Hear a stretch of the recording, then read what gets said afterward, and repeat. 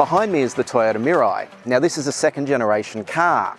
The first generation Mirai came to Australia in limited numbers as part of a pilot program, and this second generation model furthers that. Why can't you buy one yet? Well, it's a fuel cell electric vehicle, or an FCEV. What does that mean? It means it's essentially an electric car that you can drive around for up to 650 kilometres and not have to plug in at night. Instead, you can refuel it in 5 minutes like you would a normal petrol car. Toyota thinks this is the way of the future, and we're going to take a drive to find out what it's like. Before jumping behind the wheel, what is it that makes an FCEV different from other cars on the road? Well, the Mirai is an electric vehicle, so like other EVs, that means there's no combustion engine, no noise and vibration, just smooth, quiet running. What's different in this case is rather than a large, heavy battery providing the long-range ability, the Mirai generates its electricity on the go. It does that thanks to what's known as a hydrogen fuel cell under the bonnet, a system that takes stored hydrogen gas and combines it with oxygen as a means of generating electrical energy. The chemical reaction of combining the two elements generates an electrical charge which is used to power the motor, and the only byproduct from the car itself is water vapour. There's a battery on board too, but it's much smaller than a normal EV battery. It has more in common with the batteries in Toyota hybrids. It holds a small buffer of energy to help out under peak load. The interior design is made up of plenty of familiar Toyota elements. The dash has a C-shaped flow that's a lot like what you'll find in the Supra. There's a huge 12.3-inch infotainment screen, lots of metal look and gloss black finishes, and a decent haul of standard equipment. Powered front seats, dual zone climate control, keyless entry and start, 14-speaker JBL audio, and a full list of Toyota Safety Sense driver assist features are loaded in as standard. There's no options or upgrades though. What you see is what you get in Australia, unlike what's available in the USA. The leather trim is all faux leather, and some of the more extravagant wood trim and ambient lighting options in same-size prestige sedans aren't found here. While Toyota has put the Mirai forward as a premium sedan, it's somewhere between mainstream and prestige. Anything that isn't properly premium is made up for by the powertrain.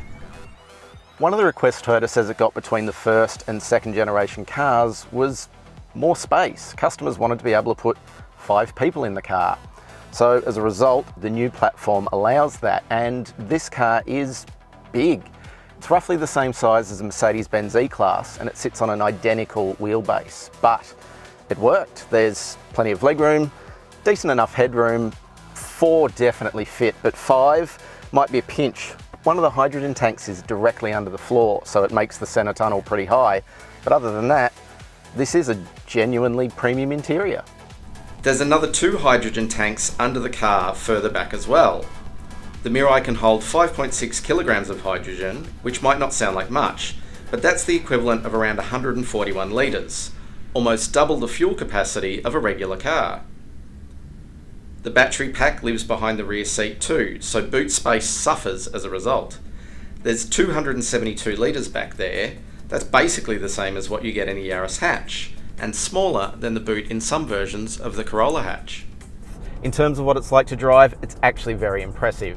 Possibly the best thing to compare it against is the previous generation Mirai, and Toyota's had those on hands for us to drive as well. That car, it is a generation older, but it's also not like this car. It's front wheel drive. It's kind of more closely related to previous generation Prius and RAV4 and cars like that. And it definitely feels like cars like that to drive. The suspension isn't quite as good. The steering isn't dialed in. The ride comfort is, again, not bad, just not great. This is premium. It's quiet, it's insulated, it accelerates smoothly, the steering feels nice, the ride is nice. Everything about it is a premium car, so it's pretty obvious to see why Toyota has done what they've done in terms of using this platform and giving the car some refinement and some niceties to go with its position in life. If you get the idea that Toyota maybe had Tesla in mind, I think you're headed somewhere. That seems to be who they're going after with this car. They're never going to admit that. They're never going to say this is our Model S rival, and in a lot of ways it isn't. Certainly, from a styling perspective, the new Mirai and its sleeker sedan profile are in line with what brands like Tesla and Lucid are doing. In places like California, where image counts and zero emissions motoring is a big market, it makes sense to ditch the sci-fi weirdness of the previous car. We haven't spent a whole heap of time with this car. Literally, Toyota's given us a couple of 5-minute laps around the block, and we're doing that in Altona, Toyota's home ground, basically. So there's no real conclusions to draw here. I can't tell you if it meets its 650 kilometre claimed range. I can't tell you what it's like on the freeway. We haven't done that. There's a test track at Toyota, and we got to take it up to 100 kilometres an hour. Not against the stopwatch, but it feels great up to 60 kilometres an hour, and then it starts to lose out a little bit. Now, largely that's most to do with the fact that this car has 300 Newton meters and is rear-wheel drive. Look at the current crop of EVs, and they have double that or more in terms of torque output and double that in terms of driven axles. So there's a lot more performance potential available in some EVs that this car maybe doesn't live up to, and it maybe doesn't have to. I don't think that's an issue for it. It doesn't have a price either, so it's hard to say if it's good value. Right now, while it's still in sort of pilot program phase, the companies that are eligible to lease one off Toyota can do so at about $63,000 over 3 years.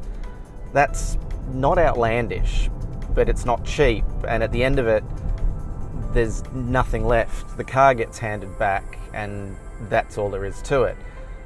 Toyota's not saying how much of that cost they're wearing either. This isn't a $63,000 car, it has to be more than that. This is a proof of concept. This has all those things that people like about EVs. It's really quiet. It's really smooth. Every so often you hear, I'm not too sure what, some pumping or some fan noise or a pressure release valve from the hydrogen system as it channels fuel into the fuel cell. But other than that, it doesn't rev up, it doesn't roar, it doesn't shunt as it shifts gears. It's a single speed transmission in the same way that an EV is. They're all the things that people like about EVs. It does that solid surge of acceleration from standstill, which people like about EVs. And then it does it with 5-minute refill times, which people like about petrol cars. It means that if you had to, you could drive from one end of the country to the other. You could stop for a coffee or a sandwich, fill up and be back on the road without waiting for someone to free up a charging station, without waiting for a fast charge fill, and without necessarily having to plan your charge stops. That is, of course, conditional.